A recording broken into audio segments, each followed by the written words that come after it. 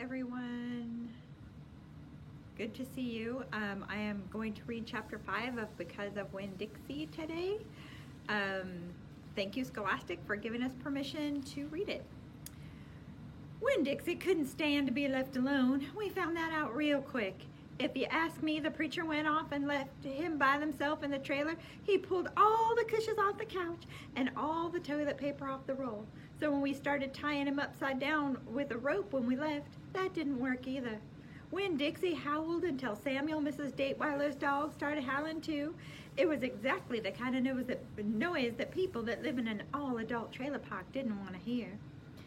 He just doesn't want to be left alone, I told the preacher. That's all. Let's take him with us. I could understand why Winn-Dixie felt the way Winn-Dixie felt. Getting left behind probably made his heart feel empty. After a while, the preacher gave in, and everywhere we went, we took Winn-Dixie, even to church. The Open Arms Baptist Church in Naomi isn't a regular-looking church. The building used to be a Pick It Quick, and when you walk in the front door, the first thing you see is Pick It Quick motto. It is written in the floor in little tiny red tiles. They make a great big letters that say Pick, Pick, Quick, Quick, Quick. The preacher tried painting over those tiles, but his letters wouldn't stay covered up, and so the preacher, he just given up and let them be. The other thing about the Open Arms Baptist Church is different than other churches is there aren't any pews. People bring in their own fold-up chairs, and sometimes it looks more like the congregation is watching a parade or sitting at a barbecue instead of being at church. It's kind of a strange church, and I thought Winn-Dixie'd fit right on in. The first time we brought Winn-Dixie to the Open Arms, the preacher tied him up outside the front door. Why did we bring him all the way here just to tie him up? I asked the preacher. Because dogs don't belong in church, Opal, the preacher said. That's why. He tied Winn-Dixie up to a tree and said how there were lots of shade for him and that he ought to work out, or it ought to work out real good. Well, it didn't. The service started and there was some singing and some sharing and some praying. And then the preacher started preaching, and he wasn't about 2 to 3 words into the sermon when there was a little terrible howl coming from outside, and the preacher tried to ignore it. Today, he said. Arr, said Winn-Dixie. Please, said the preacher. Arr, said Winn-Dixie back. Beren, said the preacher. Arr, wailed Winn-Dixie. Everyone turned their lawn chairs and folded up their chairs to look at one another. Opal, said the preacher. Arr, said Winn-Dixie. Yes, sir, I said. Get that dog, he yelled. Yes, sir, I yelled back. I went outside and I untied Winn-Dixie and brought him inside, and he sat down beside me and smiled up at the preacher, and the preacher couldn't help it. He smiled back. Winn-Dixie had that effect on him. And so the preacher started preaching again. Winn-Dixie sat there listening to it, wiggling his ears this way and that way, trying to catch all of the words. And everything would have been all right except for a mouse ran across the floor. And the Open Arms had mice. They were there from when it was a Pick and Quick, and there was lots of good things to eat in the building. And when the Pick and Quick became the Open Arms Baptist Church in Naomi, the mice stayed around to eat all of the leftover crumbs from the potluck suppers.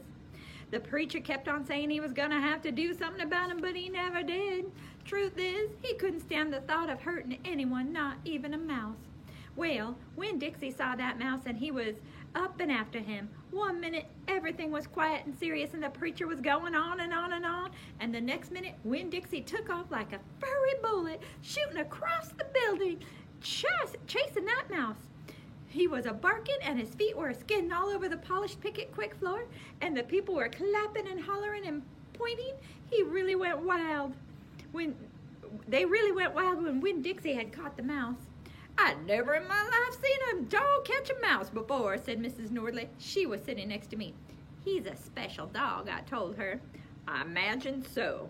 Winn-Dixie stood up there in front of the whole church, wagging his tail, holding the mouse real careful in his mouth, holding on to him tight, but not squishing him. I believe that mutt has got some retriever in him, somebody said behind me. That's a hunting dog. Winn-Dixie took the mouse over to the preacher and dropped it at his feet. And when the mouse tried to get away, Winn-Dixie put his paw right on the mouse's tail. Then he smiled at the preacher, and he showed all of his teeth. The preacher looked down at the mouse. He looked at Winn-Dixie. He looked at me. He rubbed his nose. It got real quiet in the Pick It Quick. "Let us pray," the preacher said finally, for this mouse. And everybody started laughing and clapping, and the preacher picked up the mouse by the tail and walked and threw it out the front door of the Pick It Quick, and everybody applauded again. Then he came back and we all prayed together. I prayed for my mama. I told God how much she would have enjoyed hearing the story about Winn-Dixie catching the mouse. It would have made her laugh. I asked God if I could be the one to tell her the story someday. And then I talked to God about how I was lonely in Naomi, because I didn't know that many kids, only the ones from church, and there weren't that many kids in the Open Arms, just Dunlap and Stevie Dewberry, two brothers who weren't twins, but they looked like they were. And Amanda Wilkinson, whose face was always pinched up like she was smelling something real bad.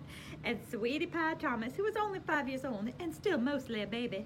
And none of them wanted to be my friend anyway, probably because they thought I'd tell the preacher for every little thing they did wrong, and that they would get in trouble by God and their parents.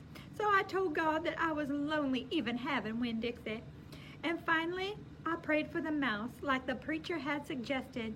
I prayed that he didn't get hurt when he went flying out the door of the Open Arms Baptist Church in Naomi. And I prayed that he landed on a nice soft patch of grass. All right, thank you so much. Have a good rest of your day.